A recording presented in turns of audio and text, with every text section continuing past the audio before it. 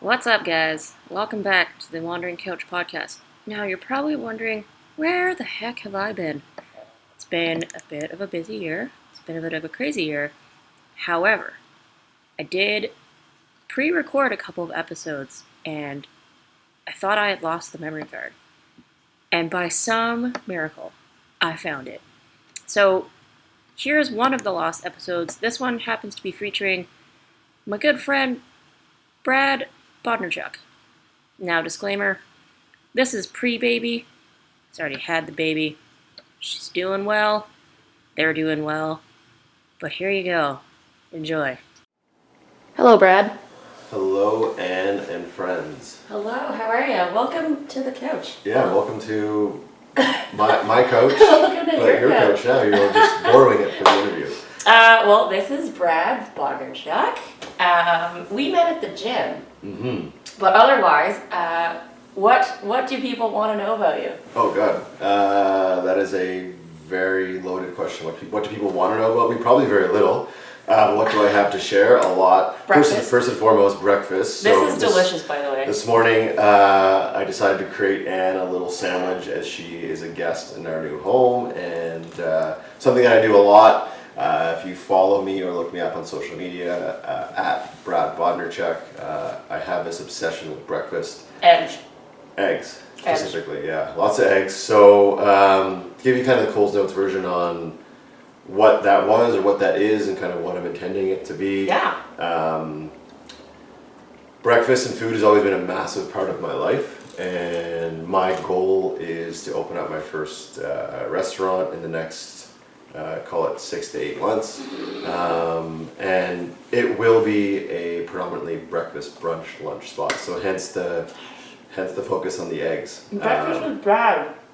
Breakfast with Brad and all of the staff and everyone. So yeah, so that's kind of what I've been doing the last little while, building up more content on my personal page to kind of establish myself as a bit of a leader in that world, or a bit of someone that has something to say as far as the breakfast world. So, and you know what, at the end of the day, it's just me cooking breakfast and taking a photo of it. It's pretty simple, but it's turned into kind of this little beast, and I love it. And a lot of people actually look forward to each day kind of seeing what I'm going to eat. I mean, I do. Yeah. I look forward to it. So it's fun. And it's fun to create things like this for friends, and it's always one of my big things that I love about food is how it brings people together. And sharing as well. So happy to have you here today, and happy to feed you an unnamed sandwich, but hopefully it's enjoyable. I feel like you need to put this sandwich. I actually don't even know what I really did. I think I blacked out halfway through the... There's definitely some like really awesome French bread. So I don't actually eat very much bread by choice. Like I'm very selective about the bread I eat. This is super good, and it's French. Yeah, so it's from the Batard Bakery, which is up the street. Batard. It's that fantastic. Place is great. Yeah, this is great. Great spot. So it's new for us because we've just moved into this location, and it's kind of in our new neighborhood. So Lindsay and I treat ourselves once a week after the gym on Saturdays. We'll go up and grab a loaf, and this one we grabbed yesterday.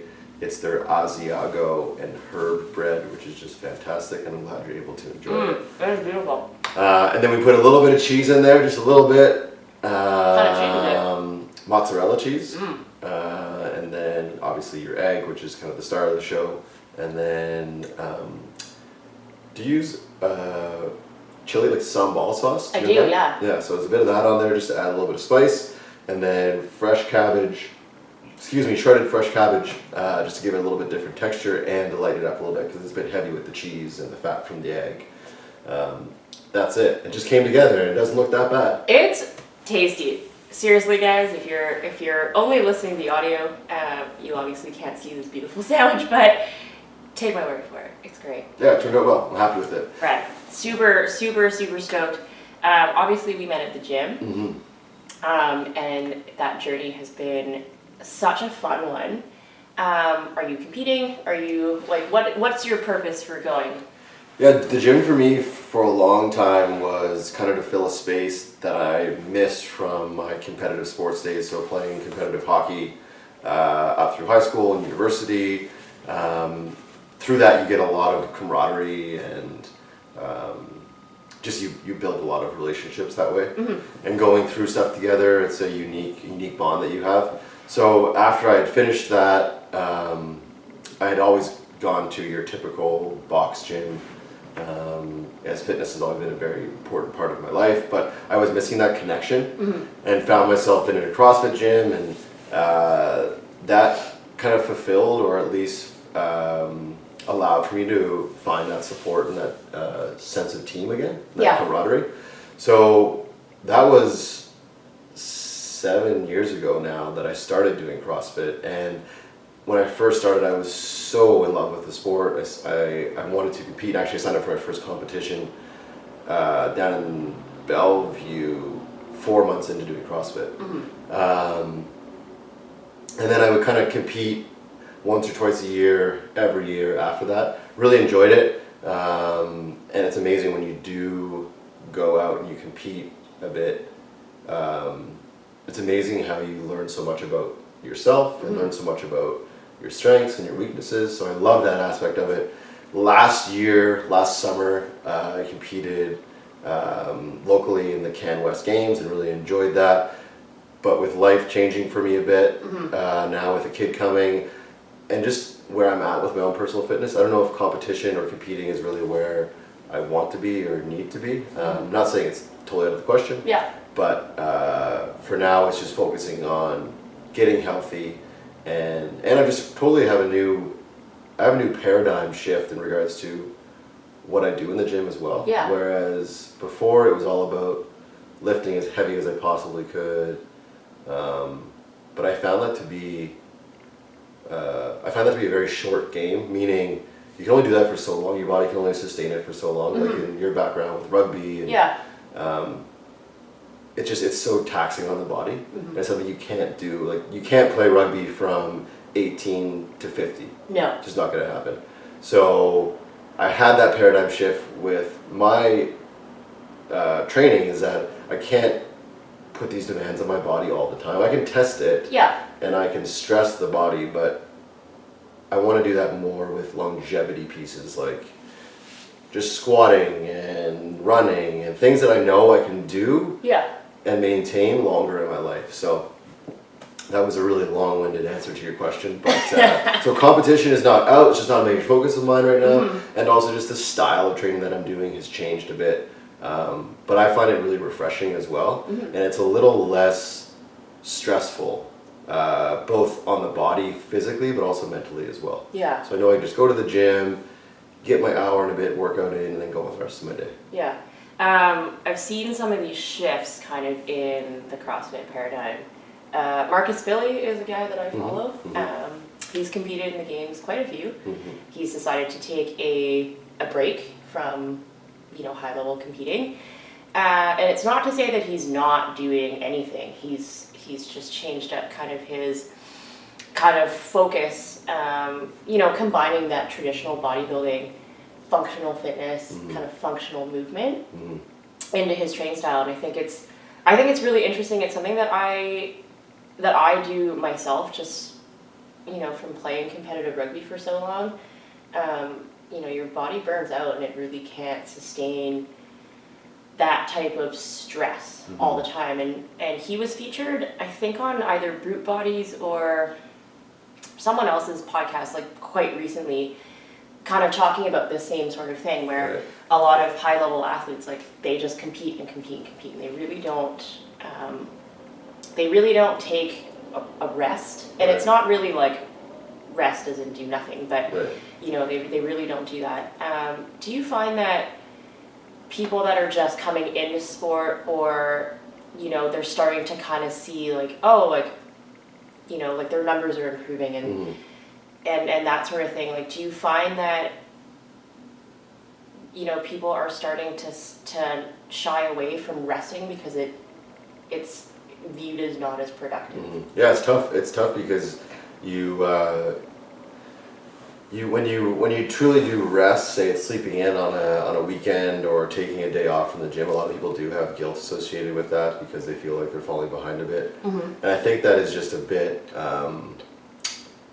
it's a bit of like not to get too deep, but it's almost like a societal thing where especially in that community where people go so hard. It's almost like you'll be looked at as less than, or one day off is really going to make you fall back or fall behind a ton. One thing I heard a long time ago, and I love the quote, is rest is a weapon. And a lot of people don't follow that as a rule, and they don't look at rest as something that is actually part of their fitness plan. Right. But it is so imperative. I think that the key is to, as my mom always says, listen to your body. Like if you need rest, rest. Yeah. If you wake up and you feel like you can go, then go. Yeah. So it's a fine line between, oh, I worked out so I can rest. Well, how hard did you really work out? Is it really earned? Do you really need the rest? So I think it's a case-by-case scenario, and like I said, just really listening to your body. What is your body telling you?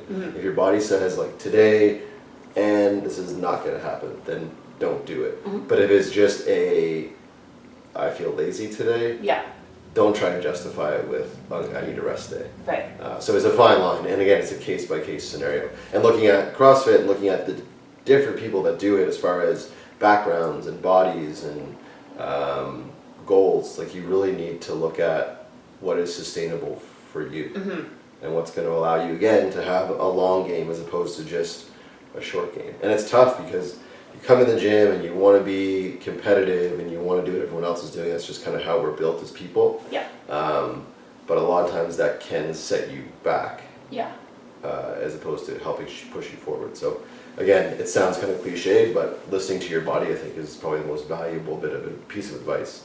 And I'm assuming that's kind of what Mark Spilly is doing, is he's realizing how difficult it is to train for the CrossFit Games. Yeah. Even just regional athletes, like the amount of volume they have to put in is just it's taxing, and it almost becomes a full-time job.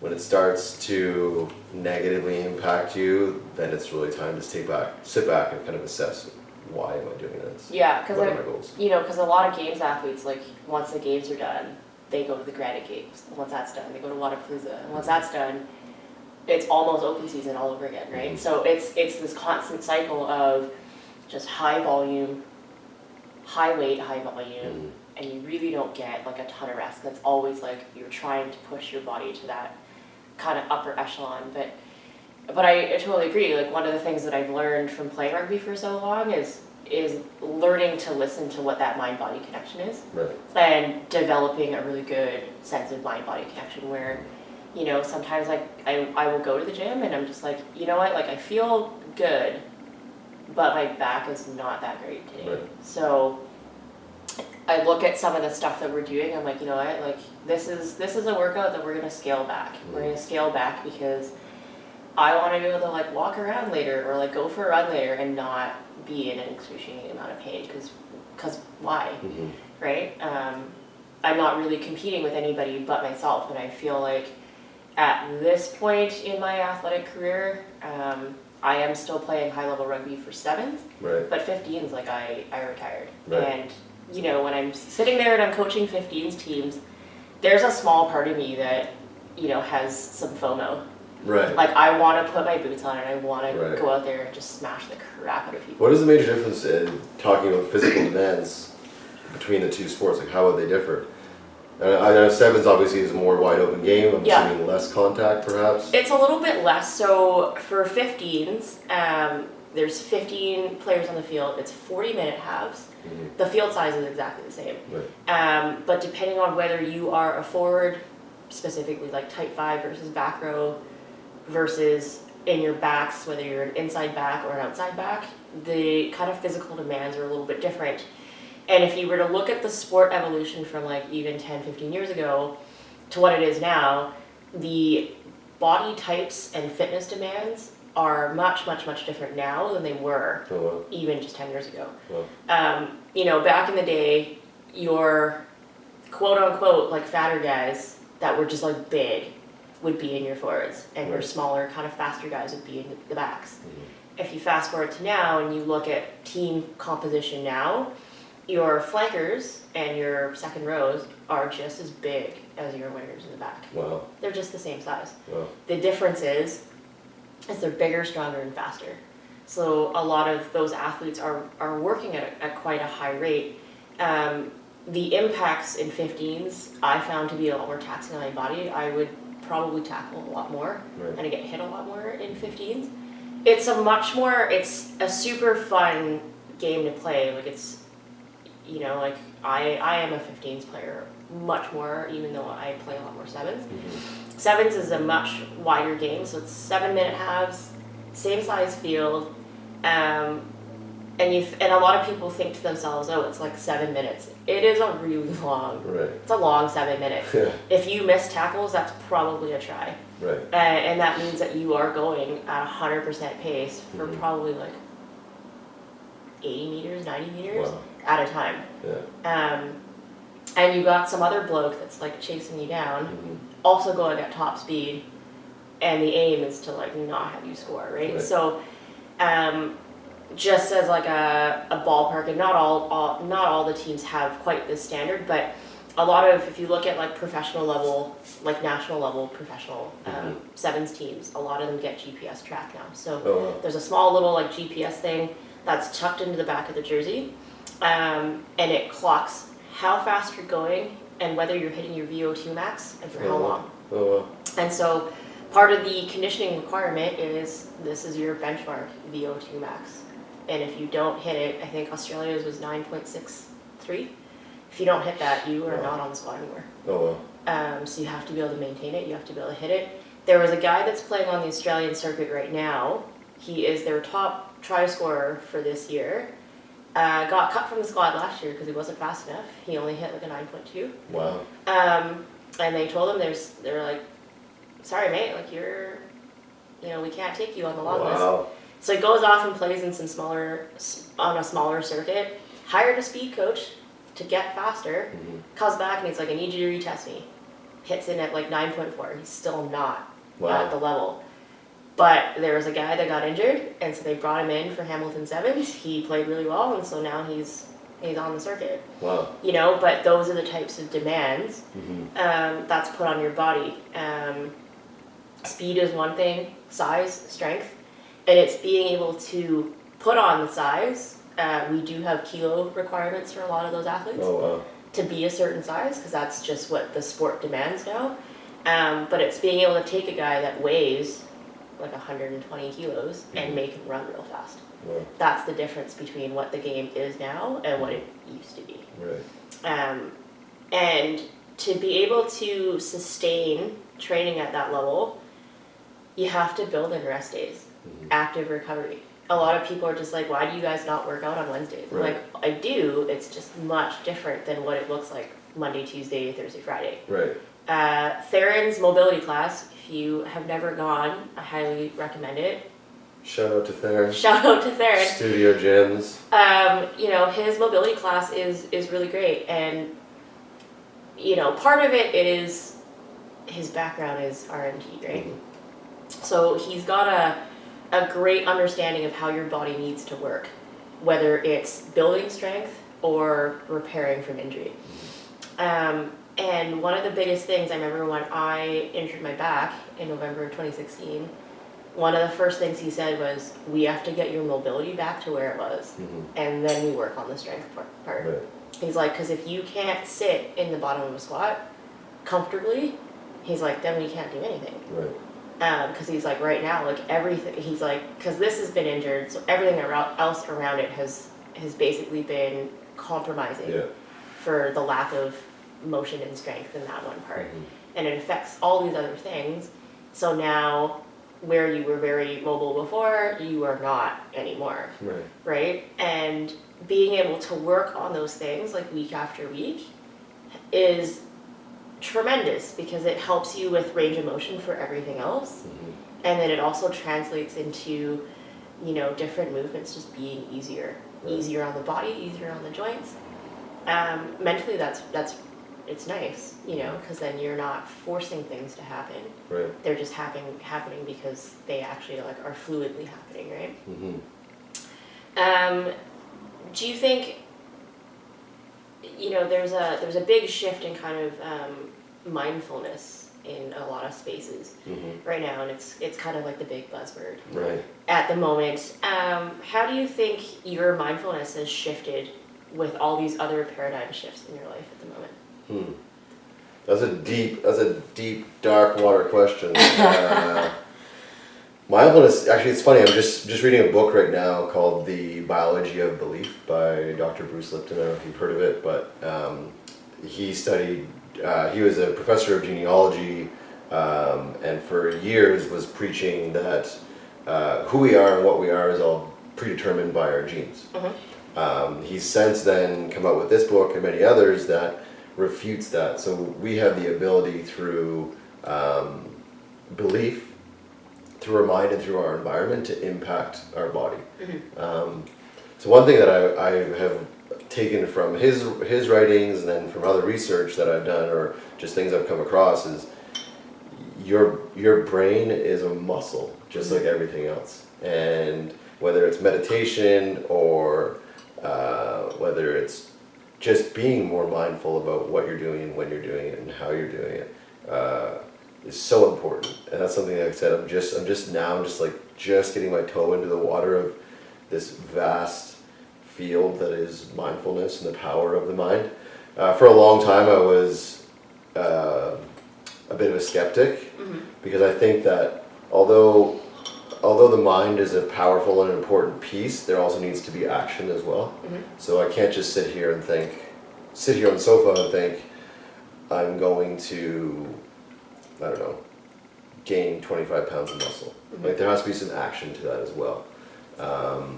So it's a balance again, but I do think there is a major shift when it comes to even athletics. I know there are a lot of professional hockey teams now, and I'm assuming other sports as well, that are hiring, I'm going to call them mindset coaches for lack of a better term, but coaches that come in and help to train their teams on how to use the mind to either better prepare them for the game or better prepare them to deal with injuries or setbacks. I think it's an amazing field for everyone to get into: sports, business, personal, really understanding the power of what your mind can do. And one thing that I've identified with for a long time is I wear rose-colored glasses. So it's always, for me, I don't know why that is, it's always glasses half full. That's just how I work. And I just find for me it's better serving for my life. I just don't find there's any benefit to sit there and think of the negatives. I understand that they're there, I'm not delusional, but my focus is on the potential positives as opposed to the potential negatives. But yeah, it's crazy to see and hear stories about the power of the mind. And one quick story from The Biology of Belief that Bruce Lipton shares is there was a doctor that was doing knee replacement surgeries, and he was challenged by others in his field about the success of knee replacement surgeries and the outcomes and how beneficial they were to his patients. So one doctor challenged him to do a placebo group, which he kind of tilted his head and said, how can there be a placebo group? Like, how can you not do a surgery and expect for the outcome to be the same? So they went through with it. They brought people in that needed knee surgeries. They made, and you can look this up, it exists. They did 2 incisions on the other side of the knee, as they do with knee surgeries, as far as I know. And then they would give the patient general anesthetics, obviously before they made the incisions. And then they would play video as they would in regular surgery, so you could see, like, this is your knee, we're cutting into it, they would go through the whole process. They would play the audio of the scraping sounds and all those things, but at the whole time they weren't even performing the surgery on the knee. But the patient believed that they were going through the surgery. And afterwards, the results were the exact same as the ones that had gone through the full knee replacement. So it's one of those stories where you sit and go, like, how is that possible? But it is through mindset. And that to me, I struggle with how that actually happens, but only struggle because I just can't comprehend it. Right. But just because I can't comprehend it doesn't mean it's not real. Yeah. But that was a long-winded way of saying the power of the mind is incredible, and I'm just now diving into that and how it affects us all day in and day out. Yeah. I think it's really interesting. I'm going to be writing an article for my site that talks about why positive kind of culture and positive attitudes, especially in team settings, is really important. Mm-hmm. I work a lot with BC Rugby, and I work a lot in their age grade programs, so everything that's U20 and under. And so this is the group of athletes that are still they're still sort of figuring out their own identities, not just as athletes, but as people. Mm-hmm. You know, they haven't really quite grown into, you know, kind of full potential of what they're going to be. Mm-hmm. So a lot of them are still kind of figuring that out. And it differs with the boys versus the girls, I found. I know with the girls, I'm going to be sitting down and talking to an old teammate of mine. She lives in Australia now. Oh, so wow. her and I are going to be Skype cool. doing this. Great. But you know, so when her episode comes out, you'll be able to hear a lot more about this. Tune in. Stay tuned. But when she was 16, she really wanted to play footy at school, and you know, so she goes to tryouts and she's in the locker room afterwards and she's just bawling her face off. And one of the other girls, she's like, "Stacey, like, what's the matter?" And she goes, "I was told I was too fat to play this." And she's like, "I just want to play something. Like, I don't want to be told that I'm like to this or to that and I can't do it." You know, and so when you're a 16-year-old girl and that's what you hear, you embody that for a really long time, because that's, you know, if you look at media, if you look at anything that's out there, it's subliminally telling you a very similar type of thing, even though it might not be directed at you personally. Society's always telling you that you need to be a certain way, you need to look a certain way, your body type needs to be a certain way to do certain things. And one of my other teammates, she was like, "Just come to rugby. We have a place for you." Right. And she's like, I don't know. It's like, just come. Right. And that's how she got started in the sport. You know, and especially with 15s, 7s is a little bit more discriminatory in that way because of the demands of the sport. Right. But 15s really does have a place for a lot of different body types, which is really empowering to a lot of people, because what might be thought of as detrimental in other areas is celebrated as a strength in our sport, which is awesome. You know, for girls that are just, you know, there was a girl that I coached at BC a couple years ago. When she was 13, she was over 6 foot tall. Wow. Right? And so when you're 13 and you're 6 feet and you're just towering over everybody else, boys and girls, you know, people are just like, "Oh my God, like, what's wrong with you?" Yeah. And you kind of get poked fun at. But, you know, for us, we're just like, "Great, you are like second row material. Like, this is awesome." Yeah. Because we're struggling to find, especially for the girls, not as much for the boys, but like girls that are strong enough and tall enough to be in certain very specific positions. Right. And so for us, it's like, this is awesome.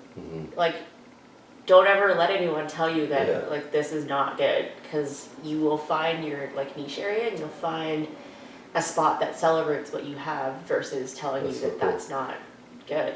I never looked at rugby like that before, but it makes sense. I mean, you look at the body types on other athletic team-based sports, say like volleyball or even hockey, for example. Like, it's pretty generic, right? Like, everyone kind of fits a mold. But you look at a rugby team, a 15s team, it's just like, wow, there's 6 foot and 220 of all muscle, and there's like 5'10", 165, and then there's 6'2", 300. It's almost the same in football as well. Like, you know what I mean? Like, we're not quite as drastic, because we still need, like, all of our players. It's a continuous game. Yeah. It's non-stop. It's fluid from attack and defense all the time. You know, and it's being able to take a guy that's 6'4" and weighs 275 to move around the park quickly. Right. You know, that's a bit of a chore. I mean, like one of my buddies is currently playing rugby right now. He is 6'5", 6'6". I feel like a child when I stand Yeah, next to him. that's right. I like he like wanted to give me a hug once, and he just like picked me up because he's like, I'm not bending down, and I you're not don't, growing. you know, I'm not obviously not growing, so he just kind of like picked me up, gave me a hug, and he's like, hey, I'll see you later. Yeah. You know, but he is, I think he's 24, 25. Wow. He's 6'6". Like, that's ridiculous. Yeah. But he moves around like a nimble. Like he's 6 foot. Yeah, he moves around Right. in a very nimble sort of way, and it makes him a very explosive player, which is great. But I think that's the biggest challenge now, is being able to take athletes that are becoming bigger and stronger and making them faster. Yeah. You know, and that's the work of people like me. Like, we work in conditioning a lot. Sometimes we'll bring in speed coaches that just work on Point A, point B. Yeah. Yeah. Gaining speed. Yeah. It's a lot of running technique. It's a lot of knowing how to shift your weight. There's a lot of very technical things about running. Yeah. Especially when you're trying to go quick. Right. Stop and go, learning how to cut, learning how to do all those kind of fancy things that you see in sevens. Yeah. You know, like, and that's what it is. But I think it's so interesting that there's so many things out there that I'm happy that social media has kind of brought fitness sort of more to the forefront. Whether that's good or bad, but it's gotten a lot more exposure, but it also shows, especially girls, it shows them that, like, you can put on muscle and that's okay. Totally. You know, you can, you know, if you happen to have a really great gene pool and you're very tall, that's okay. Yeah. And it's showing women that, you know, you can have diverse body types and still do really awesome athletic things. Totally. And it's celebrated, and it's not, you know, something to be shunned or shy away from. 100%. You know, and just even for the boys, I think, like, it's for them to kind of know that, like, there are other body types that exist out there. Like, you don't have to be like this cookie cutter like thing. You can be super diverse. You can do diverse things, and you can look any sort of way that your body naturally fits into. Right. Not everyone's going to be able to shed fat quickly and lean out fast, and, you know, some people just genetically have an issue like packing on muscle. Right. So while they're super strong, like, they might not look it, and that's okay. So I think it's really great to be able to see a lot of diversity in this space. Totally.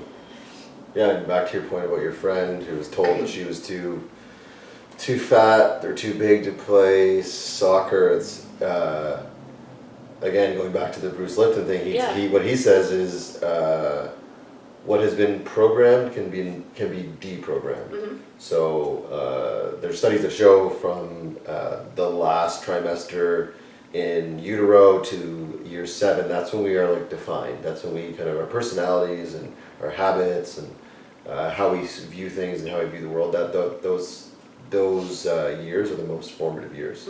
But what he's saying is that even though that may be your kind of world from birth to the age of 7, that can be rewritten. And it's so interesting talking about your friend there, like, that's, at one point, that's what she allowed for the world to define her as. And that became programmed in her head, which then becomes part of who she is because that's what she believes. Yeah. But then when she's brought into a space where she's celebrated and her body is looked at as a gift and something that can be used as an asset, then that completely changes her mindset, and her belief changes, and then it's a much healthier way to view yourself, I think. And going back to social media, what you said, I think is spot on. There's so much beauty in social media, as long as you kind of understand how to digest it. But there can be a lot of negatives as well. Like completely comparing yourself all the time to other people and trying to keep up with the Joneses, if you will. Yeah. But to your point, the light it has shone on just talking about females in athletics, like showing that it's okay to be fit and strong is the new sexy. And I think that's great because it probably will encourage a lot of other young women to try sports like rugby or other sports that they may have looked at as like a male dominant sport, but there's tons of room for that, for those type of women to come into that, which I think is fantastic. Yeah, I mean, you know, just looking at the growth of women's rugby across the world is amazing.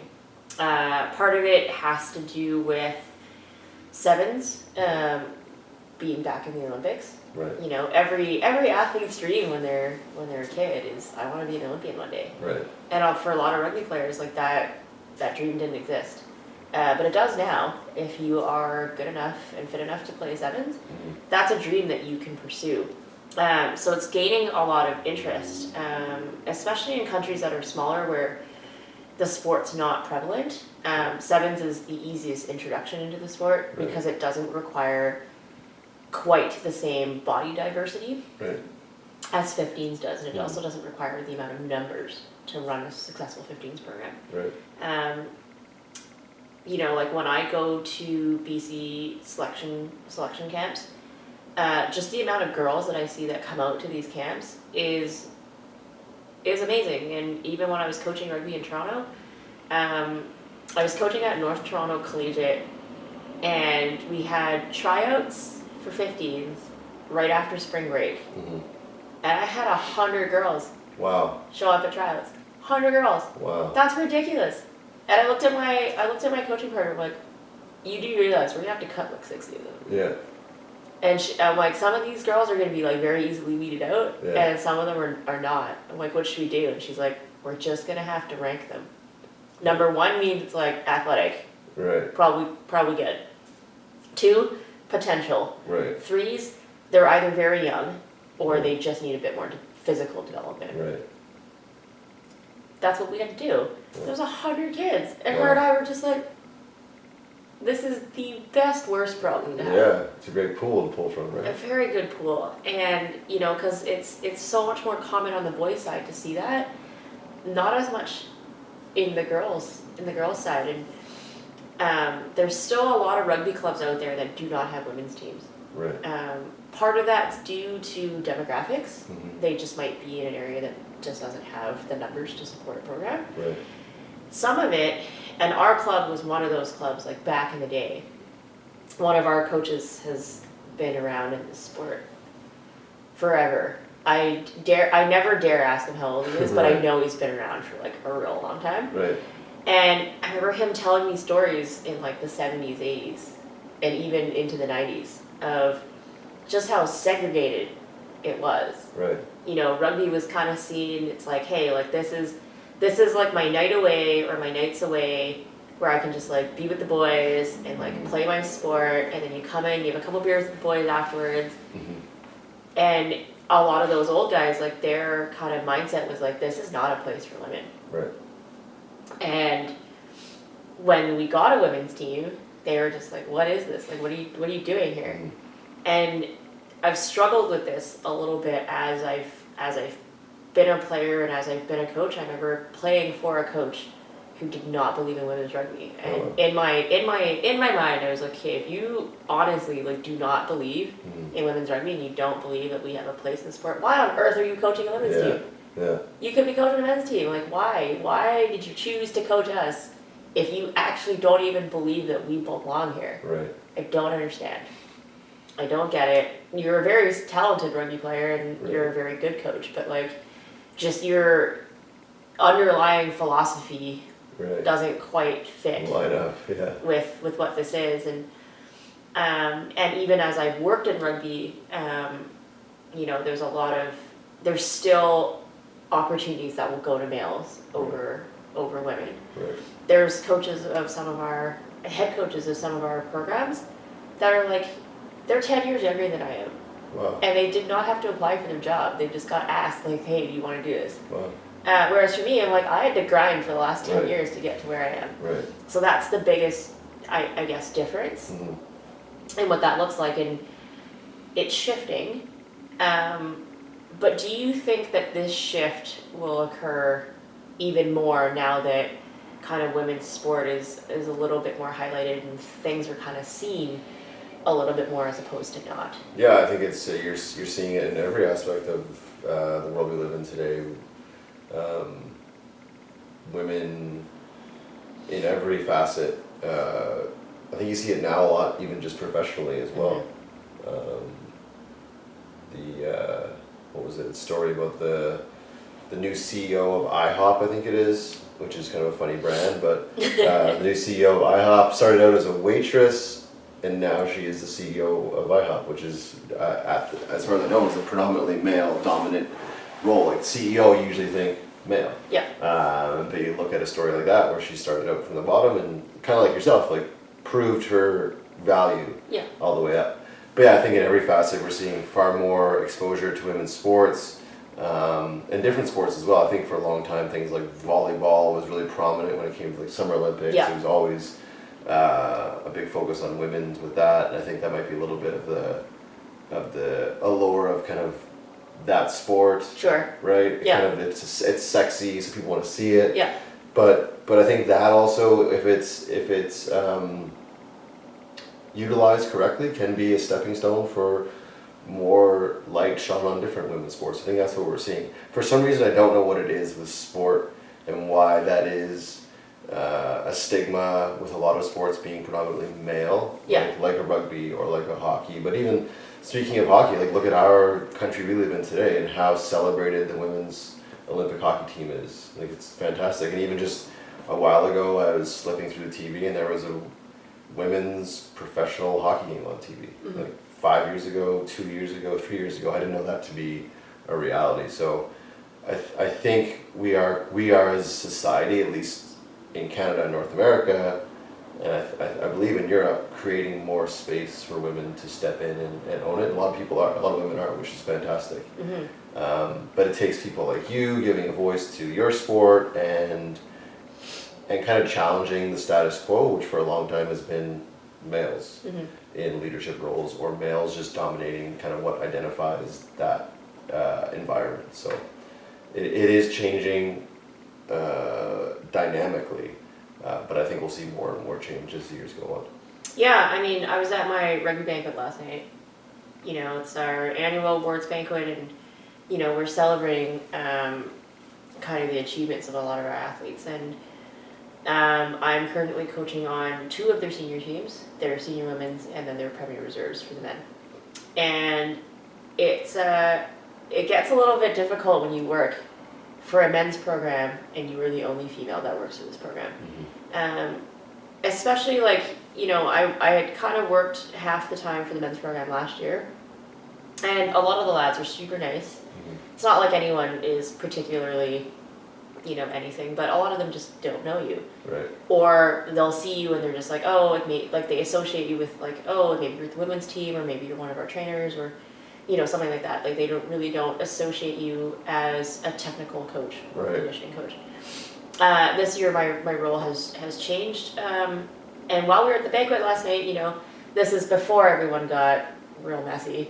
You know, but some of the lads, like, you know, they came over and talked to me, and, you know, so we're just kind of casually chatting over a beer, and they were just like, how have you found working with the men's team? Because like we really appreciate having like a different voice. Awesome.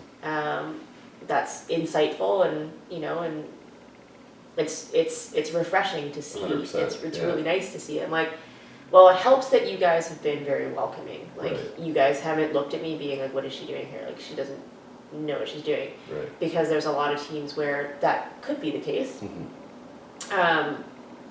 You know, and you kind of just work through that. But they've been super welcoming. They've been very nice. Awesome. You know, one of the guys last night, he's like, please tell me you're going to come back next year. I'm like, well, if I will always come back if there's room for me in the program. If there's no longer space for me in the program, you know, it's probably a sign that, like, you know, we're moving on, you're moving on, type thing, right? Like, not all good things can last forever, but you know, as long as there's room and as long as you guys want me to come back and I'm still living here, I will return. And but it's, you know, it's refreshing to hear that from the players. You know, my head coach, you know, him and I have a very great relationship. And I remember when I was traveling overseas for rugby and I was playing internationally, and I remember messaging him and I'm just like, hey, like, come January, like I'm struggling a little bit with like what to do, and he goes, just come to the men's program. I'm not sure what you're gonna be doing for us, but like, just come. I have space for you. He's like, I think you're valuable. Like, just come. The guys, they're not even don't worry about them. Right. And and our kind of like away trips always get a little messy on the way back. Yeah. So it's a little bit of a experience, right? To be on the team bus after big long trips like that. But one of my other analysts, he was just like, if you're on the bus with them, he's like, they get used to you being here, and then it's like you've always been here. Right. And he's like, it's not. He's like, a lot of them like respect you, right. but they don't know you very well. Right. Because you haven't like worked with them like extensively, right? So he's like, just be seen. You don't even have to say very much. I'm like, I generally don't, but he's like, you just have to be present. Right. And as I started doing that, like you do connect with them a little bit more, and I feel very strongly about athlete connections. There's a lot of coaches that are very talented, but they don't connect with their athletes very well. Right. And it's not because they're not personal people. They just haven't been able to find an avenue of what to connect on. And I think that's really important. I like to connect with my athletes. I want to know how they're doing. I want to know how I can help them get better. And also, sometimes you just want to get to know them as people, because I've always had that philosophy of like, my door is always open. Like, you can always reach me. I might not answer you like right away, right. but I will get back to you within the day, right? So it's like, you can email me, you can call me. My teams were like, can we slide into your DMs? I'm like, only if it's appropriate. If it's not appropriate, I'm gonna pretend like it didn't happen. It's gonna get deleted. Yeah. I'm gonna be like, I didn't see this, right. and like, we're moving on, because you should not have done that. But otherwise, it's like, you can reach me in a platitude of different ways, and I will always get back to you. Right. Because I feel like that connection is important, and I feel like that attention to care is important. Are there any coaches that you have currently that either like really stick out to you as either having that right. or inspiring you in some way? Yeah, I think one I think coaches are super important to have. I do have a mentor right now. We've been working together for almost 2 years, 2.5 years now. And I find it important and useful and helpful because it kind of keeps me, much like a coach in sport did, it keeps me focused, it gives me tasks to complete, it being my mentor. And it allows for me a space to go and find some guidance, which I think we all need. He's been an invaluable part to my success, whether it's professionally or also within my relationship and relationships. And I think the good thing about coaches as well is they challenge you, or they should challenge you, and challenge you to be a better version of yourself every single day. And that's what I get from my mentor, Mark. And then other coaches, I think there's a lot of coaches that I have, I wouldn't call them coaches, and they don't know that they're coaches, but they are. Yeah. And one thing I heard a long time ago, and I absolutely love it, was always be a white belt, alluding to like martial arts. You get your white belt when you start, and theoretically you know nothing. Yeah. So you're trying to absorb everything. So always be a white belt means everyone around you has something to share, and everyone around you has something that you don't. So be open to what they say. And so I think people like yourself and other people in the gym and my other friends that I have, I look at them as coaches as well. Like, what are you trying to, and just innately, like not even consciously, what are you trying to show me? And it sounds a bit wishy-washy, but like looking at the universe, like what is the universe trying to show? Like why did you and I meet? Why did we connect? Like what is it about that? And what are you trying to show me, and what can I return it to you? Right. I definitely see a lot of value in the traditional idea of coaches, meaning one-on-one, and he or she is helping me with certain tasks. Mm-hmm. But I also like the idea of being open to everyone within your circle being a coach in some way, somehow. And I think that if you have that mindset of everyone has something to teach me, Mm-hmm. it allows you to stay so open to different possibilities and less closed-minded, because I don't know what I don't know. Right. If that makes sense. Yeah. Do you know what I mean? Yeah,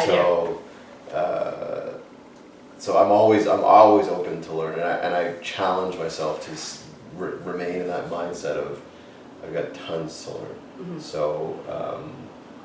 So yeah, coaches all around me, and then like I said, my mentor has been super valuable in every aspect of my life. So if you don't have a mentor, I highly recommend finding someone that's doing something that you want to do and get them to show you how it's done. Amazing. Well, Brad, this has been extremely insightful. Awesome. If the people out there want to know more about you, Yeah, you can find me most active on Instagram at Brad Bodnarchuk, Bodnarchuk. And then on there you'll see kind of the teasers for what's coming in June for me, which will be my podcast and YouTube channel as well. So stay tuned for that. awesome. Well, thank you so much, Brad. Thank you, Ann. Thank you for this lovely sandwich. I will continue to eat this Yes. off camera. Yes. And I'll see you tomorrow. See you at the tomorrow. gym. See you at the tomorrow. gym. All Awesome. right. Thank you. That was awesome. Thank you.